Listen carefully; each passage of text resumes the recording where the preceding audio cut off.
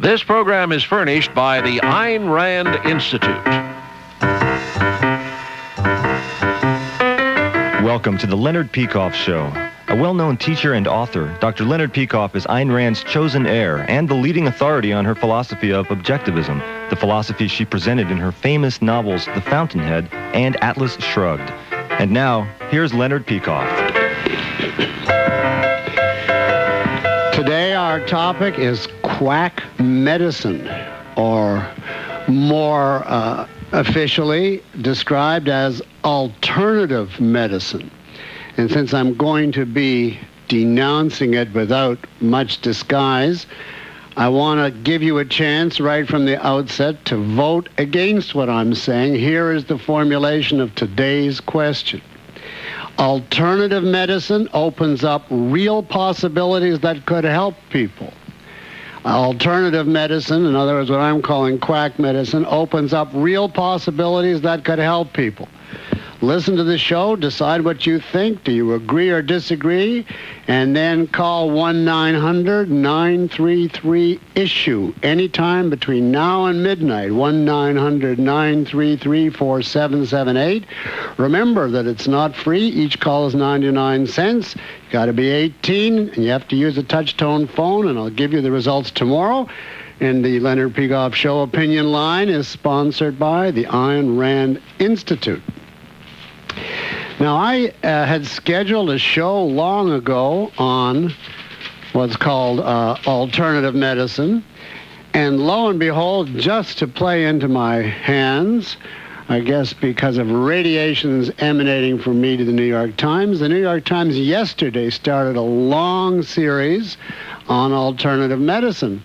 So before I get to the part that I was all ready to do, I've got so much stuff to tell you on alternative medicine that I didn't know, and presumably some of you didn't. I want to start with a few brief excerpts from yesterday's New York Times, which started their series on alternative medicine.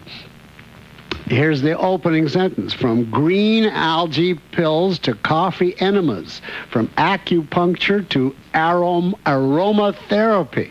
Aromatherapy, by the way, is the use of aromatic oils to relax you, and that purports to cure hundreds of diseases. Hundreds. But anyway, alternative medical treatments have grown into a big business and a powerful force in modern medicine.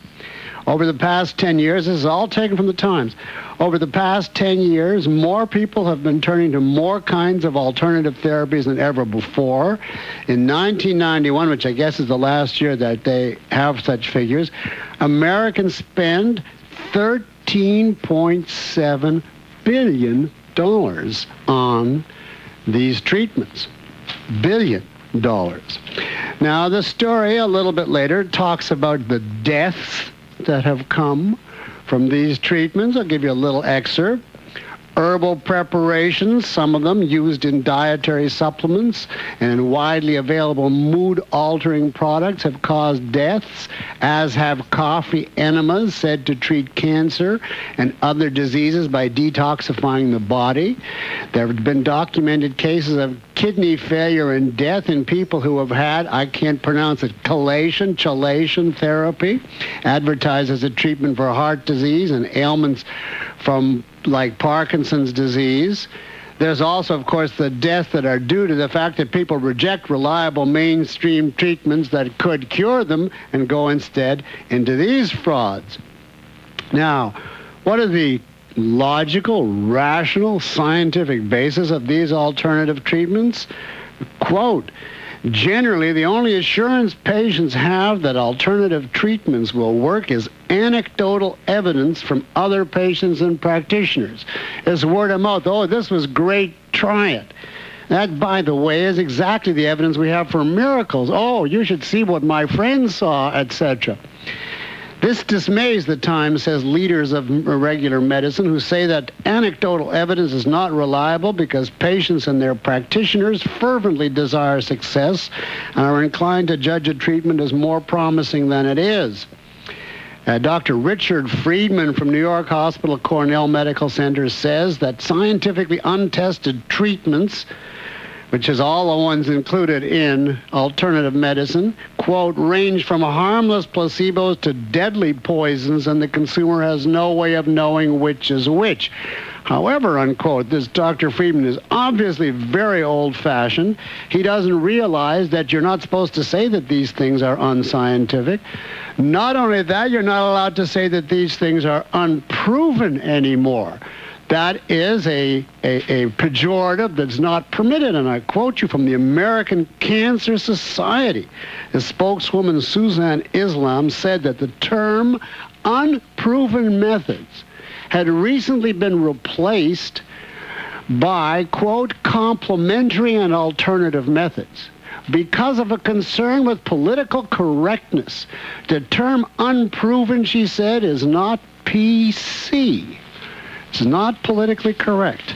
So in other words, these people now, as much as you may think you're rebelling against the establishment by going into alternative medicine, they have taken over to such an extent that it is not politically correct to even utter the fact that these things aren't proven. And that's going to be our subject today.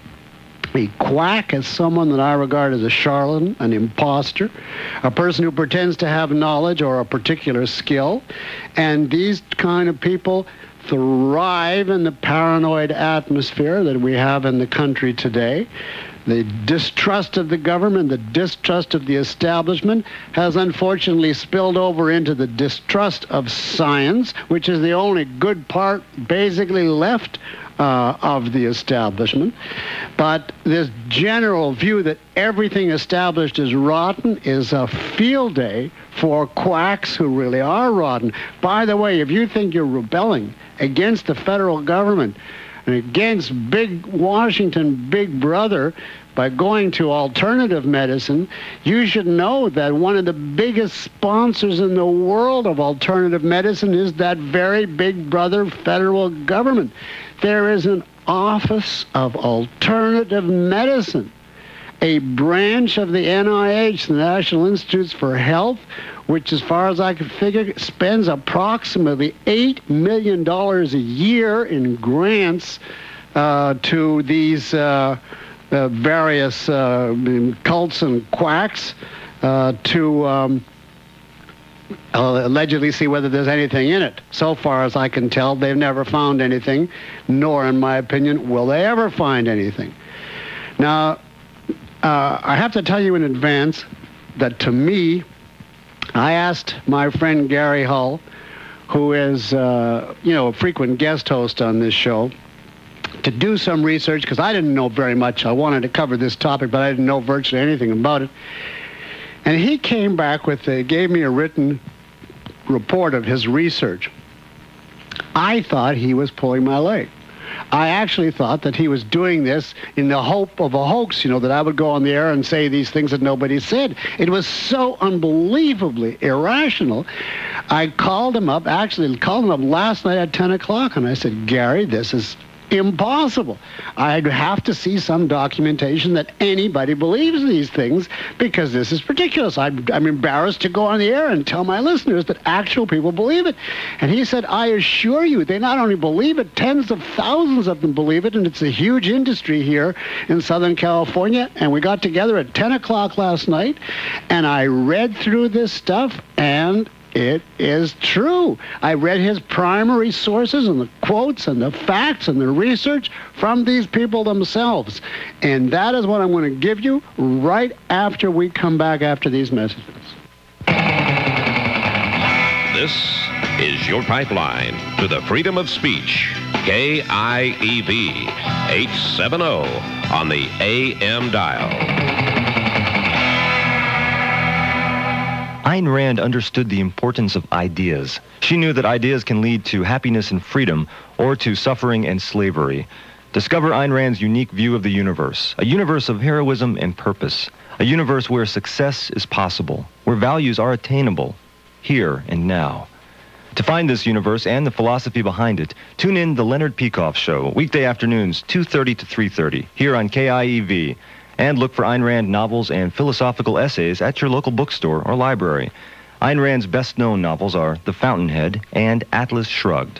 And for more information about her philosophy and ongoing projects to spread that philosophy, call the Ayn Rand Institute at 1-800-409-8833. That phone number again is 1-800-409-8833. In the 818 area code, call the Leonard Peikoff Show at 956-5438. That's 956-KIEV. From all of Southern California, 1-800-540-5438. That's 1-800-540-KIEV. It's 2:40, and let me add to those phone numbers a invitation, a warm invitation for you to call and tell me what you think about this subject. Do you disagree with me? Do you think that you found one of these alternative therapies that works? Let me hear about it. I'd be curious to know. By the same token, if you have heard people say the things that I say they say, call and let us know so that people will see that I'm not just making this stuff up. If you have criticism, comments, agreements, can you top what I'm saying? Whatever. 1-800-540-KIEV in Southern California, and in the 818 area code 956-5438. And we have a caller right now. Before I even get launched, I've got a whole treatise here that I'm going to get through on homeopathy, and another one on naturopathy, and I've got a whole bunch of stuff here that I want that's all been prepared and researched. But we've got some people who disagree before I even got myself out of the box here. So let's start on line 7 with Nancy. Welcome to the Leonard Peikoff Show, Nancy. I disagree with you. Okay, tell me what. What about Germany, Great Britain, and India, where homeopathy is very prevalent? In Germany, it works in conjunction with regular medicine. What about how many people every year die from prescription medications? One person, some idiot, goes and takes 20 cups of an herb tea one day and gets sick or dies. I'm not sure which. So they try to take that herb off the market. But we never hear about the people that die from prescription medicine or the interaction between the medicines. One thing. Oh, yes, we hear about that. I know about that all the time.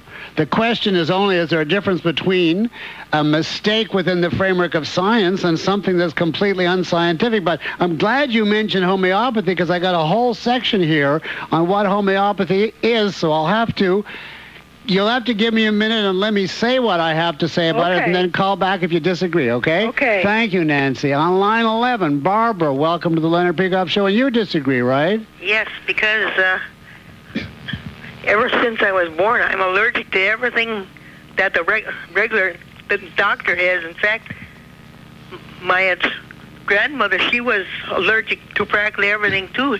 She always used to say if we still had homeopathic doctors, we wouldn't have to be sick, and I agree. Well, why? You have experience that these homeopaths actually cure people? Yes. Could you tell us one of your experiences?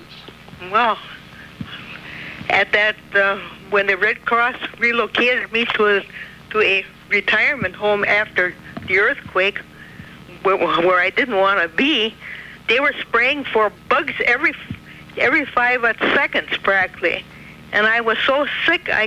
Now, what did the homeopathic doctor do for you? Well, he gave me the homeopathic things that got me over it, and I'm still here. So he gave you something and you felt better as a result? You better believe it. Yeah, did you ever hear of a logical fallacy called after this, therefore because of this? You know, somebody goes under a step ladder and then they have bad luck, and they say the bad luck was caused by going under the step ladder. That's the cause of all superstitions. The fact that one thing follows another doesn't prove that the first thing caused the second. It might have gone away entirely on its own, as many ailments do. Well, I was in the hospital with a cancer, and they were giving me things that were making me sicker and sicker and sicker. Finally, when it was just a miracle, somebody who was rich and famous, they were in an accident, and they had a doctor come up from a different place. And you got cured of cancer by it? Well, what those doctors were we going only to have do, a minute now. It would have killed me, but They just cut out the tumor. They didn't give me any radiation, So you didn't like the treatment you got from regular medicine, but that doesn't yet validate alternative medicine. Thank you, Barbara. I want to try to squeeze in one more call here from Janet. Welcome to the Leonard Peikoff Show, Janet. I just have a minute before the next break, but go ahead and tell me your disagreement. Janet, are you there? Hello. Hello, Janet. I run a correspondence school for alternative medicine. Okay. And my boss cured herself of cancer, and I'd like to be able to send you the item that she wrote on it. Oh, please do. Send it to me, care of KIEV. It'll be put in my box, and I'll read it. Okay, and the address? I think it's 5900 San Fernando in Glendale, but just look it up in the phone book. Okay. Thank you, Janet. Okay, we're going to pause here for commercials, and we will be right back to discuss homeopathy. If anybody should ask, you tell them. You listen to KIEV, 870 AM. We are the talk of the town. Ayn Rand once summarized her ideas as follows. My philosophy, in essence, is the concept of man as a heroic being, with his own happiness as the moral purpose of his life, with productive achievement as his noblest activity, and reason as his only absolute. Do you think you have a right to the pursuit of your own happiness? To achieve the most you can in your chosen career? Do you understand how many people want to take away those rights? The Ayn Rand Institute defends rights and values where they are most often under attack, such as in high schools and colleges. We want students to be exposed to the concept of man as a heroic being, with his own happiness as the moral purpose of his life. Ayn Rand's novels such as Anthem, Atlas Shrugged, and The Fountainhead are available in your local bookstore or library. If you would like to know more about the programs of the Ayn Rand Institute, call 1-800-409-8833. Just call 1-800-409-8833 and ask for our information packet. To reach the Leonard Peikoff Show from the 818 area code, call 956-5438. That's 956-KIEV from the 818 area code. From all of Southern California, dial 1-800-540-5438. 1-800-540-KIEV. It's 2:47. My name is Leonard Peikoff. We still have a number of callers waiting, but before we get to them, I asked them to hold on. I would like to say what my understanding of homeopathy is. One of the big constituents of alternative medicine. Let me tell you what we found out in investigating this movement. It was created by a 19th century German doctor, Samuel Christian Hahnemann. It's, along with a lot of these other alternative therapies, based on the notion that that which comes from nature, anything which comes from nature is good, and anything produced by man, anything synthetic, is bad, which is a fallacy right at the outset. Ever since Pasteur, reputable doctors have accepted the view that bacteria or germs cause disease. Homeopaths claim that germs don't cause disease, rather disease causes germs. Yes, I didn't believe it at first either. And that's why they don't like Western drugs. Drugs such as penicillin, they say, merely mask the symptoms. They don't cure the basic cause. Somehow, and I never could get a clear idea of how, your body gets out of balance, they say. Something unnatural happens. I don't know, you ingest man-made chemicals, you eat meat, your bowel movements aren't regular, whatever. Your body then develops poisons and toxins. That's what caused the disease, and the disease then produces the germs. And the homeopath's cure is to rid your body of the poisons and toxins through some sort of natural means. For example, steam baths, sunlight, a vegetarian diet, and whole wheat bread.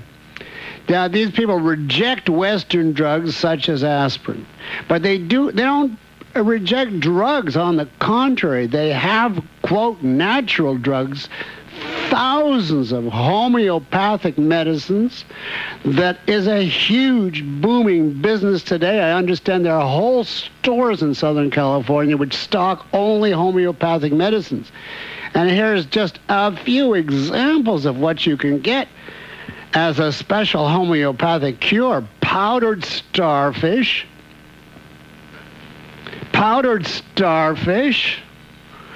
skunk secretion,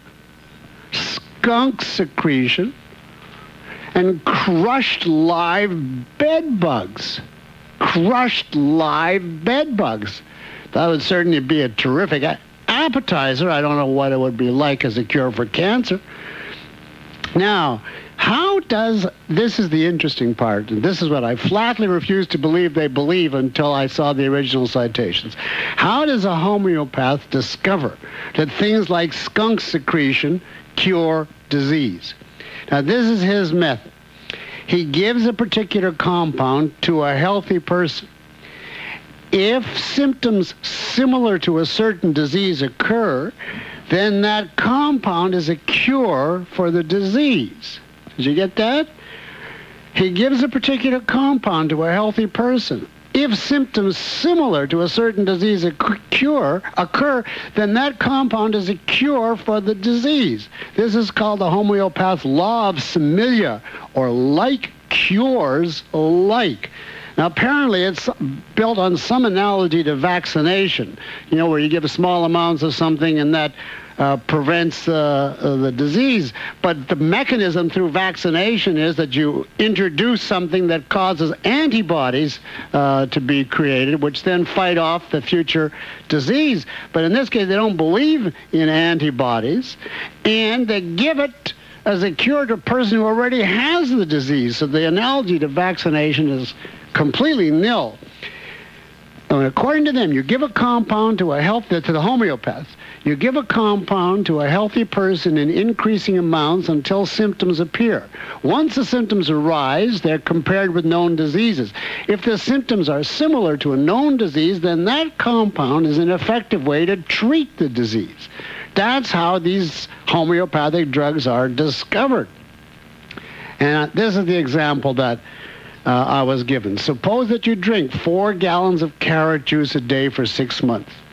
That causes your skin to turn yellow. Yellow skin is a symptom of jaundice. So the homeopath type concludes carrot juice is an effective treatment for jaundice. Now, if I were going to come to any conclusion from that basis, I would say that carrot juice is the cause of jaundice, which is also bizarre, but at least I could see someone saying, well, it produces the symptom, so it causes it. No. They got a principle that like cures like. On what grounds? God only knows. To me, it's total gibberish. And to show you how far out they are, at one time, homeopaths believed that a person with weak eyesight should be injected with medicine from bats. And that was apparently on the ground, not that like cures like, but that like becomes like. Now, those are two exact opposites, if ever I heard it. One, like gets rid of like, and the other, like turns into like. So how you can have them both, you got me. But in any event, they thought that bats had good eyesight and that somehow the bat medicine would cause the person's flawed eyesight to become like the bat's eyesight. Of course, it turns out that bats use radar, not 20/20 vision, so the whole thing was out of the field to begin with. Now, I haven't introduced you yet. We got all kinds of callers, all of whom disagree with me, but I've got to get one more point in. The most distinctive thing about this is not the unscientific way in which they arrive at these so-called medications, but the dosage that they recommend. It's based on what I can only describe as a completely mystical notion that the less material or physical a drug is, the more spiritual is its curing power. And that's why they administered these homeopathic remedies in micro, minute, teensy-weensy doses, because, you see, they hold the idea that's been traditional in Christianity that mind and body are opposed, of the spirit versus the flesh. And their spirit is infinitely more powerful, so you want a drug that's akin to the spirit, and therefore it can't have much of the flesh. And therefore the logic, I guess, of this is the smaller the dose, the more potent the drug, because the more it's like God or the spirit, and the less it's like the flesh. So you're curing the ails of the flesh, the ailments of the flesh, by trying to emulate the deity, I guess. But they take this to a level compounds are sometimes diluted. Now listen to this one. Up to 1 decillionth of a single grain. A decillionth means a millionth of a millionth of a millionth, 10 times repeated. So that would amount to taking a drop of medicine, putting it into the Pacific Ocean, stirring vigorously, and then extracting a spoonful of the water. Now, if I would like to know, as I have a whole board that says disagree, disagree, disagree, I'd like to know, you agree with this? You could take a spoonful of water after this drop was put into the Pacific Ocean, and that's going to cure you because it's spiritual? Now, I have to just go on and say, before we get to all these colors, homeopaths, I am told, often dilute a compound so much that not a single molecule of it remains. So forgive me for laughing, but that is the most fantastic thing I ever imagined. And they're apparently proud of this because that makes the remedy completely spiritual. So in other words, there's nothing there, as the emperor's new clothes, if ever I heard it. If you give somebody a drug of which is absolutely no fragment left, it really must be potent. It's like, the story of the emperor's fabulous new clothes, but you have to be virtuous in order to see it. Now, in any rational framework, would you not say that the absence of it makes the drug completely useless? If there are no molecules, then no chemical process can take place. If you dilute a drug to the point where nothing happens, then you have alchemy, snake oil, hocus pocus. I mean, to me, anything that says light can create or remove a symptom, but as long as it's not there, is altogether as fantastic. And I found it very hard to believe. I see that we do not have the same viewpoint on the part of our callers, so let's try to go to line 7. Line 7, June. You have been waiting quite a while. Now come back with your answer. Welcome to the Leonard Peikoff Show, June. Well, I'm glad you said that. Leonard, what am I going to do with you? I don't know. When you put this subject on yesterday, yes, I told some friends, they said, what number on the dial is it? I said, I don't know. They never say it, but it is 870. Correct. Okay, KIEB, and you don't say the number often enough, too. But let me tell you, I'm going to be your best caller today, and I'm glad there's a lot of disagreeing people out there because we should get together and form a society, not against you, but for you. Now, why you What do I need? Well, you are saying so much misleading things, and I try to like and respect you. I have been studying nutrition for the past 18 years. I listen to all the talk show. God bless Ray Bream when he had his night show on. He had the most interesting doctors on. And the homeopathy, I know personally, I was saved from a gallbladder surgery 15 years ago by a doctor up in Ojai. Thank God. I mean, it was. Could you just tell me something about your experience? We only have 2 minutes, but I'd like to hear your experience. But this is so important because I'm going to tell you, before I say that, do you have respect for the Queen of England and Rockefeller? Well, not as medical authorities. Well, and nor political, I may say. No, yeah. But the point of the matter is, the Queen of England, their family for centuries have used homeopathy. Yes, I know that. That's one of the things I always held against the prince. Yeah. Yes, and Rockefeller is behind, has an interest in the drug. I know, but you're giving me an authority. Can you give me some idea of what actually happened? Well, wait a second. I'm going to say something. Let me just put the thing in perspective, please, because this is what you want with your Ayn Rand situation. Go ahead. Do you know what antibiotics are made out of in the first place? They're made out of human urine. How do you like that one? How does that I've never heard of that one before. Well, it's the truth. You ought to read a book called Your Own Perfect Medicine by Martha Christie. I wish you'd have her on as a guest. And well, I'd have to see the book first. But listen, I got to go to station identification. You haven't told me about the gallbladder. Can you tell me what fixed you up, what cured you? Hello? Hello? Oh, I guess she either was cut off or hung up. We're going to have to take this break for station identification, and then we will be back for more on what I call Quack Medicine. 870 AM KIEV. Now you're talking. Philosophy is not just a parlor game reserved for the intellectual elite. Philosophy is an unavoidable need of everyone's life, as the Leonard Peikoff Show will be demonstrating on this station every weekday at this time. Your choice is whether the philosophy you act on is chosen by you or by someone else. Ayn Rand explores this topic in her book, Philosophy, Who Needs It? The answer is you.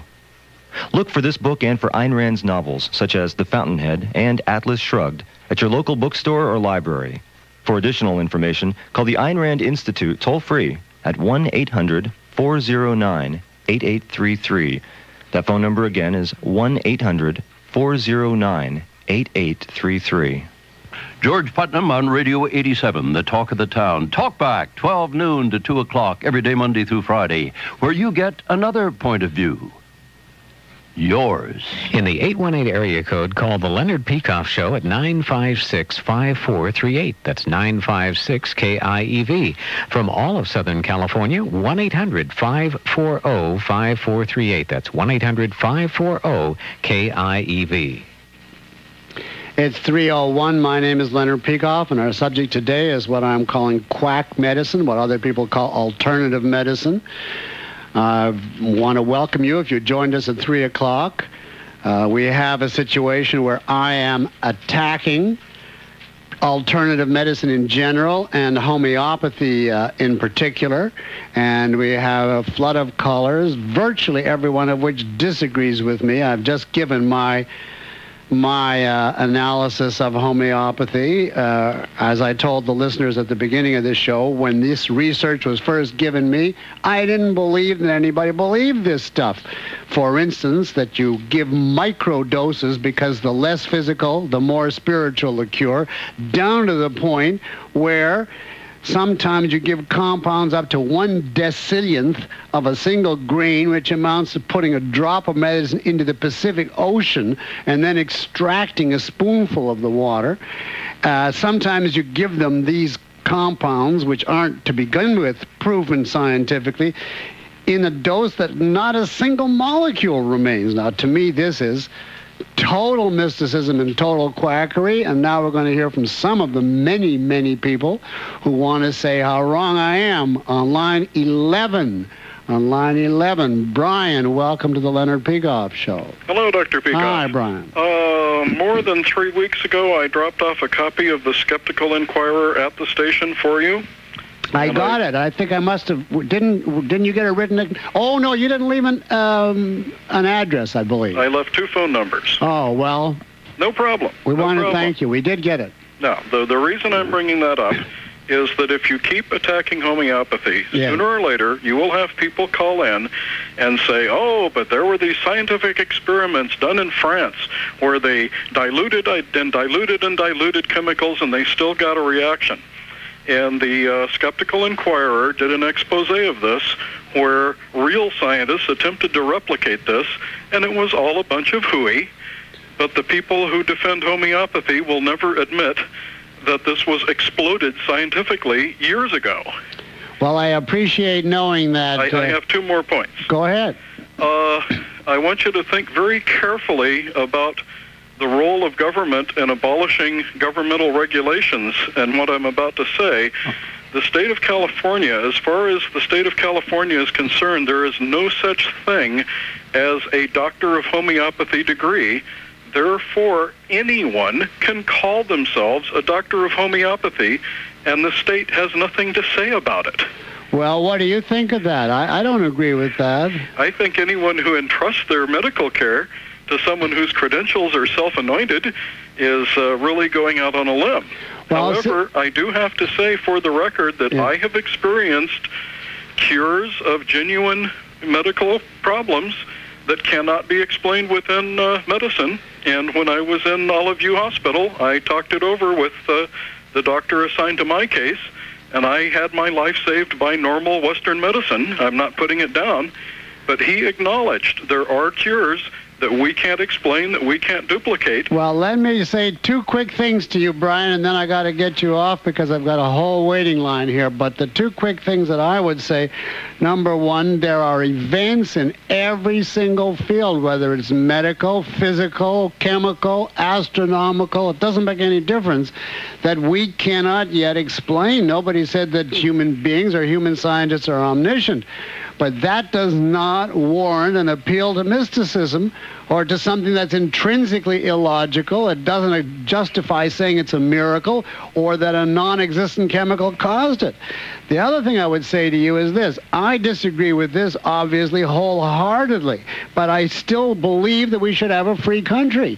I do not believe it's the proper function of the government to license doctors. If the doctor wants to go into business and preach this insanity and people voluntarily want to do it, as long as there's no fraud involved. I mean, it's not a scam. He believes it. The patient believes it.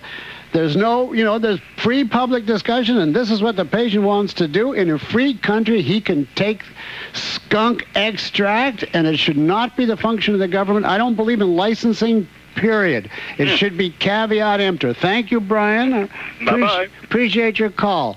On line 8, Mark, welcome to the Leonard Peikoff Show. Yeah, hi, Leonard. Hi, Mark. Yeah, homeopathy, I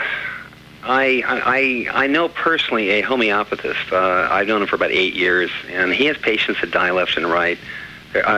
His whole thing is belief system. I mean, it's not something that's based on anything physical. And what's his belief system? Tell me if I got it wrong. He's very much in, he's into the New Age stuff. So it's mystical. Yeah, very much.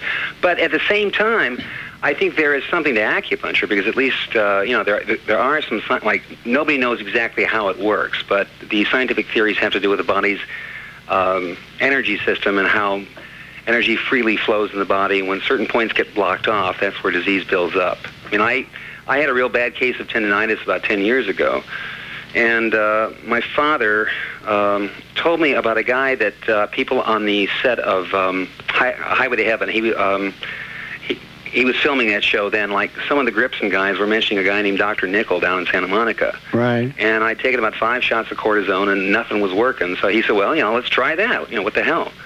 So I went down, I took like 3 treatments a week for a few months, and it went away and never came back. And that got me interested in it because, like, at first I thought, like needles. But when I started reading some of the notions that are put forth as like what makes this thing work, at least there's like some attempt at something scientific, like an attempt at an explanation, even though nobody's really nailed it down yet. Well, Mark, I would summarize like this. Acupuncture, I don't know that much about. There is conceivable to me that there is some physical connection, that the needle actually goes in and releases some pressure or whatever. On the other hand, I would be very, very careful about even making... I would never make the statement on the basis of your story or anybody else's that it's possible that it works because you have to test these things under scientific conditions. Right. It's not enough that you have, a physical theory worked out which would explain its success if it did work, because there are so many variables that goes into removal of a symptom. Had to do with suggestibility and placebos and the post hoc phenomenon. All that stuff. There's so many of these cures that are not replicable, that depend upon who administers the needle and what state the person is in, that all you can say is, I went to the guy, he stuck the needles in, and I felt better. But whether that was because of the needles or whether if we had taken you with your exact condition and taking you to the right hypnotist or the right venerable authority or whatever, giving you a pill of exactly the right color and shape and produce the same effect, we don't know until there's a scientific study. And so far as I know, there's no scientific studies. All that people have for all of these things is, well, I went and tried it and it worked. But that doesn't tell you why it worked. You see what I mean? Oh yeah. And so from that point of view, I respect your experience, but I don't derive a conclusion from it.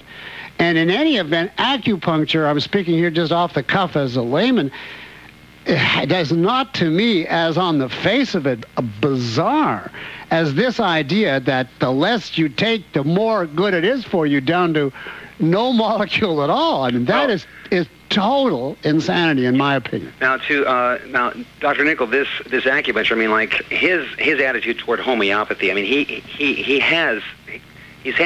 still has people come to him, you know, that have tried homeopathy, including his wife, and it never worked for them. And his attitude toward that is that it's ridiculous. Well, listen, Mark, thank you for your call. I'm going to put on next somebody who disagrees with you and give her a chance. On line 7, Marianne, you want to say something in favor of homeopathy, right? Marianne, are you still there? Hello? Marianne, have you gone? Hello? Well, hello? Well, then we're going to try line 12.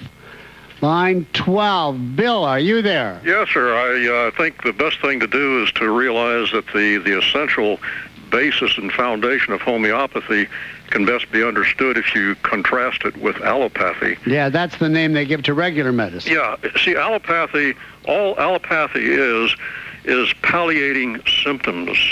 In other words, once the symptoms are discovered as uncomfortable, then the physician nowadays prescribes something to make you comfortable, to mask the symptoms and so forth generally. But in homeopathy, what is done is an attempt to support the body's reaction to whatever the cause is. In other words, if you have a fever, there's a cause for the fever, and homeopathy, rather than trying to bring down the temperature, might help you support that fever.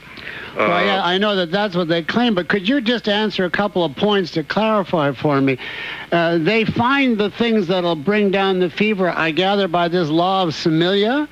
And does that say like cures like? Well, I think that anyone who's claiming that homeopathy would try to reverse symptoms is possibly practicing quackery. Well, do you mean they don't remove symptoms? I thought the whole idea was they cured you of all these diseases. No, the way that you cure is you support the body's...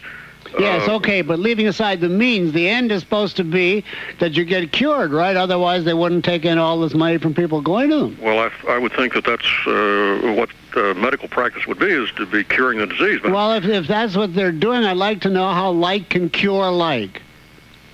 Well, just explain it to me. I think it's so simple because what happens is whenever we have like a runny nose, for example, that is the body reacting to something to get rid of it.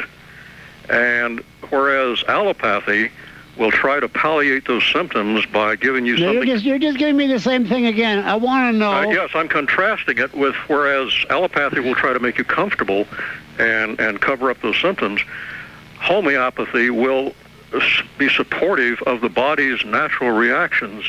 Well, maybe the body's natural reactions desperately need the help of artificial drugs and surgery and interventions to change the inner structure and functioning of the body and thereby cure the disease. Well, that's my understanding. With more freedom in choice of medical alternatives, I think you're going to find more and more people are going to discover that a lot of the scientific thing that's heaped upon us today is somewhat of a sacred cow. So, in other words, basically, you're trying to say, without saying it, down with science and up with mysticism. Let me ask you one last question, Bill. I have to go for a break. One last question, and that is, do you believe this idea that if we get down to smaller and smaller doses, the drug gets more and more potent? I wouldn't say that it necessarily gets more potent. It's just that you're trying to strike a balance with the body's own innate intelligence. And it's okay to get down to that balance of one drop in the ocean? If it works. Okay, thanks, Bill. I appreciate your call. We're going to take a pause now for these messages, and then I will be back for the final segment of Quack Medicine today. When you think about the First Amendment, think about KIEV, the talk of the town, 870 AM. Lots of people want to do your thinking for you. A lot of intellectuals and a lot of people in government think that the state should tell you how to run your business, or what your children should watch on television, or what doctor you must use for medical care. Some people say that they talk to God, and God tells them what you should think or accept on faith. Ayn Rand held that every individual must use his own mind to guide his own life. She held that the only thing you can rely on is your own ability to reason, and that you alone must make the decisions shaping your own life. If you would like to learn more about Ayn Rand's philosophy, listen to the Leonard Peikoff Show every weekday at this time, or look for Ayn Rand's books at your local bookstore or library. If you would like to learn more about the Ayn Rand Institute and its activities, call 1-800-409-8833. Just call 1-800-409-8833 and ask for our brochure. To reach the Leonard Peikoff Show from the 818 area code, call 956-5438. That's 956-KIEV from the 818 area code. From all of Southern California, dial 1-800-540-5438. 1-800-540-KIEV. It's 3:16 on the nose. My name is Leonard Peikoff, and we are continuing our discussion of what I call quack medicine, and what the vast, vast majority of my callers disagree and think is good.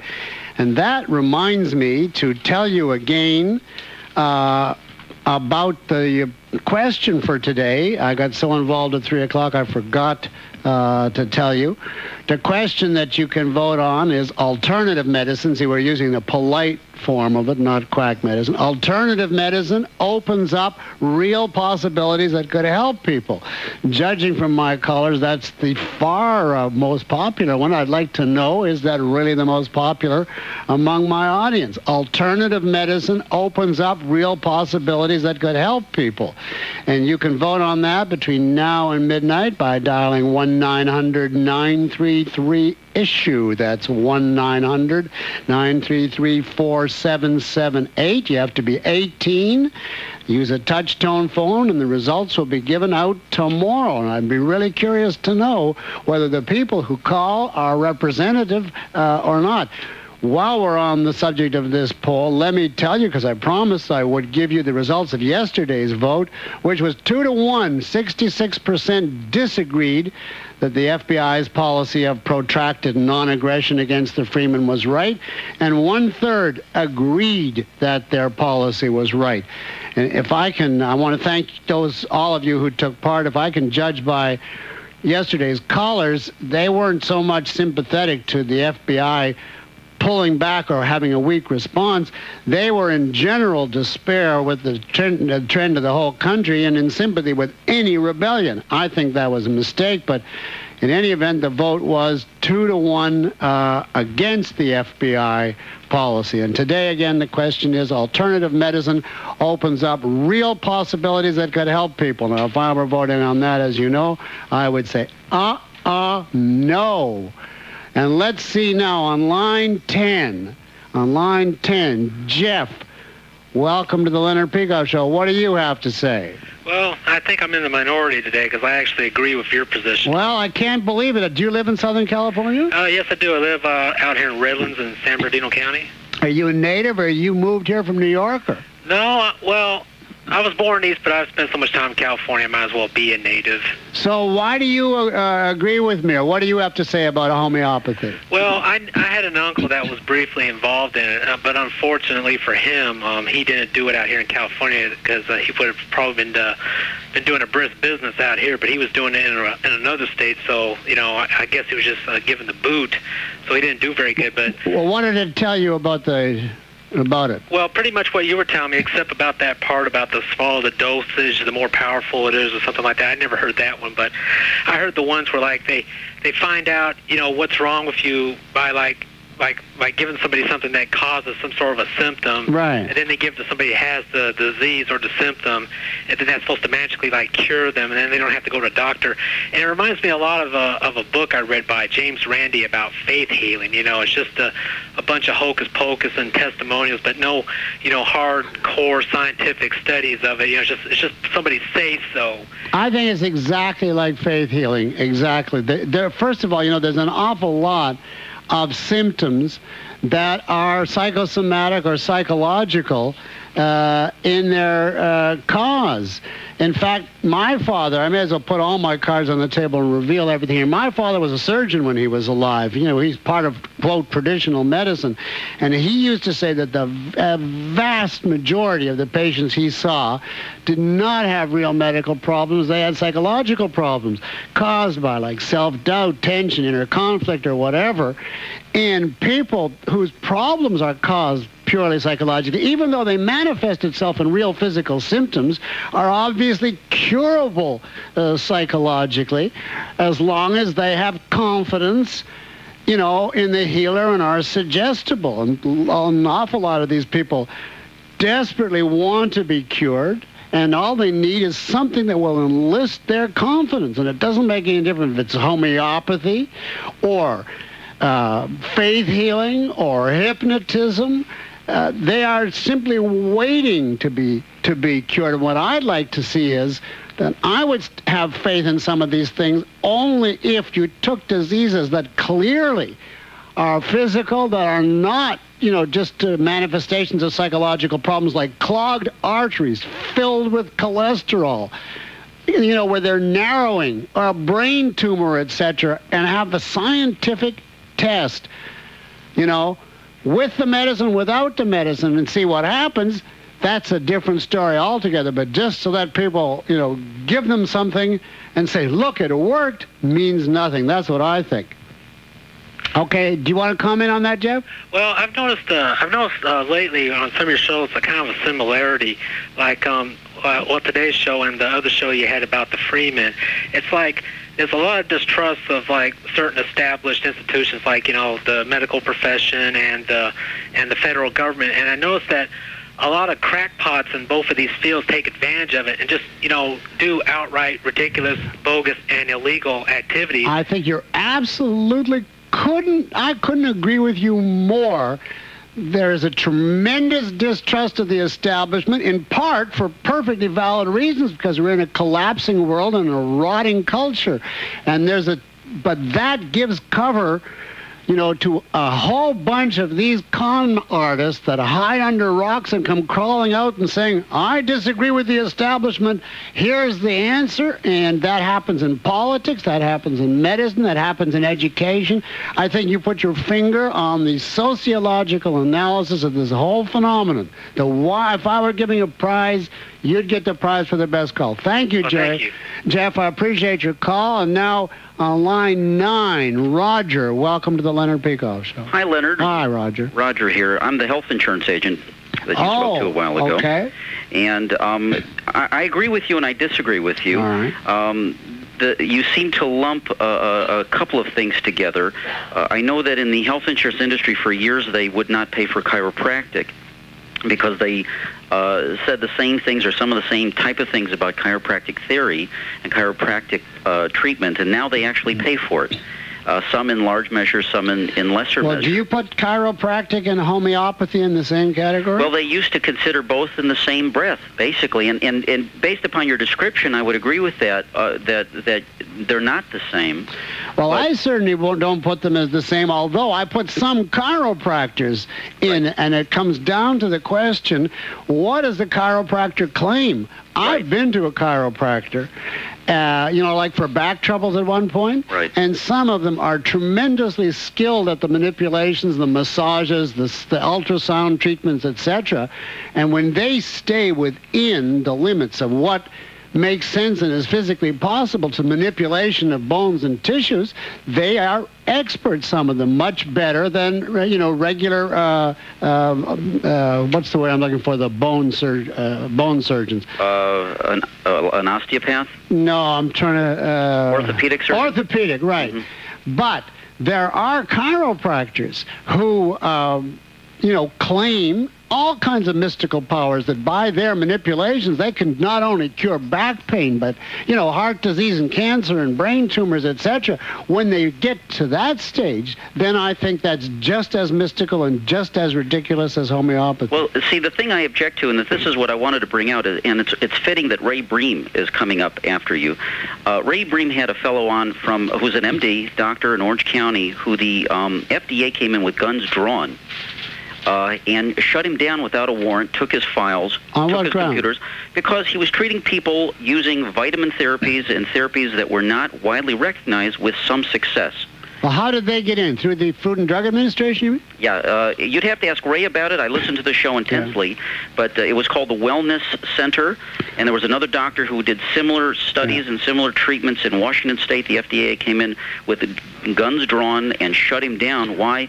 Because he was using vitamin therapies and he was using imported vitamins from Europe, and with some success. Well, you must know if you listen to this show at all that I would disagree with that 1,000%.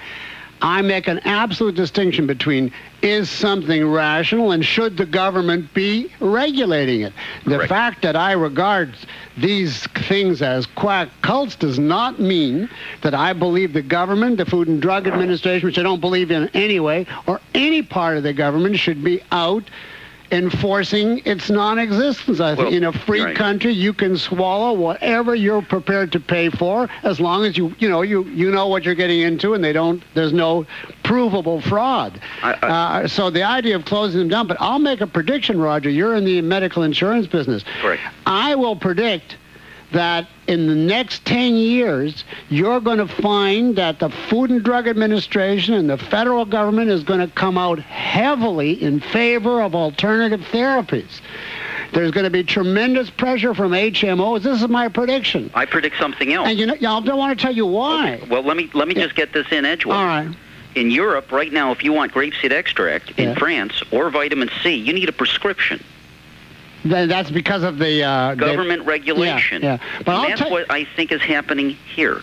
Oh, I think they've gone crazy with regulation here. But I'll tell you why I think that the government is going to start pushing this stuff, because it's a lot cheaper than the complicated surgeries and the complicated drugs and interventions of regular medicine. You mean it's a way to control the population? When the HMO is in the position that they're going to get $10 a month, whatever they do, if they can get people to be convinced that one drop of nothing is going to cure them, that's a huge cost saving. So I strongly believe that these alternative medicines, which right now pretend to be, we're stand against the establishment, they're going to be the establishment's way of cutting money. What you're going to end up with socialized medicine is one drop of a molecule in an ocean of water. I got to run, Roger. Thanks very much.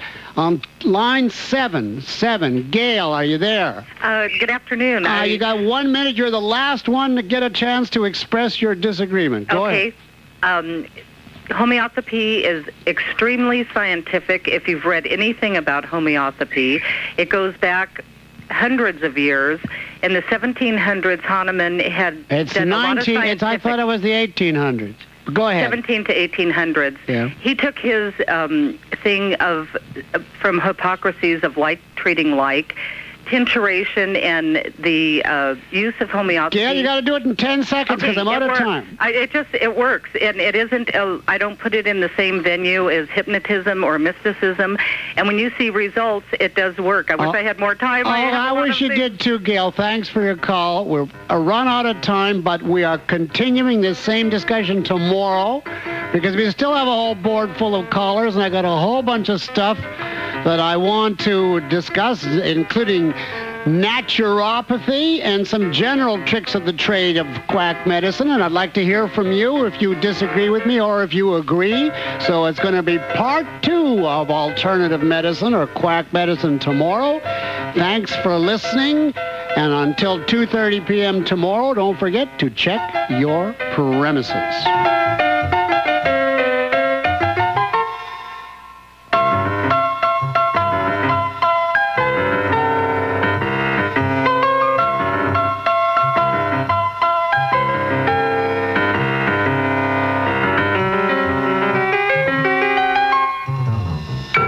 This program is furnished by the Ayn Rand Institute.